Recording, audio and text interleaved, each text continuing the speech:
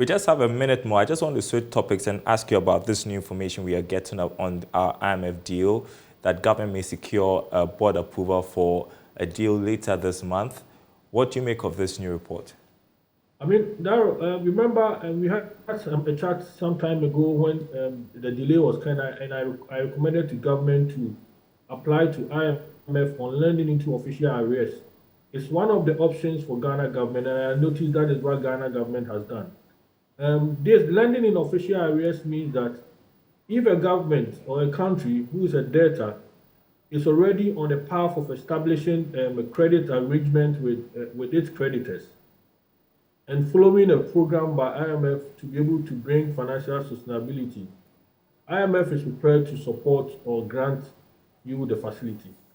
An important aspect is that if the debtor is making good faith effort to reach an agreement with the creditors on a contribution consistent with the parameters of IMF support program, even if the creditor is unwilling to reach such an agreement, IMF, based on the lending into official arrears, will try to support the country. There, we know that according to the Bank of Ghana, our balance of payments, what is left, it can take us to not more than a month, I think 3 weeks or so. And this situation is very critical. Also, government has suspended payments in foreign currencies on our euro bonds, which is also very something affecting the country in terms of grading. So the IMF facility coming in will be able to help us to start paying all our creditors as they are due.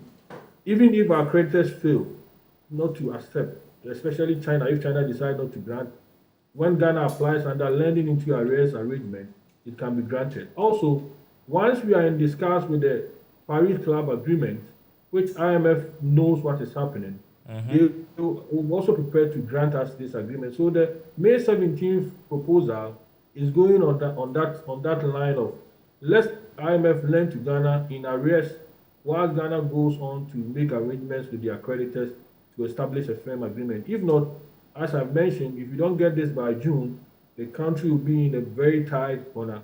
A lot of things are going to happen because remember, June, there are a lot of claim payments on government. That's in foreign currencies. And this is going to be able to be a very dire situation for the country. Professor Williams Repart, thank you so much, Associate Professor of Finance at the Andrews University. I appreciate your time with us.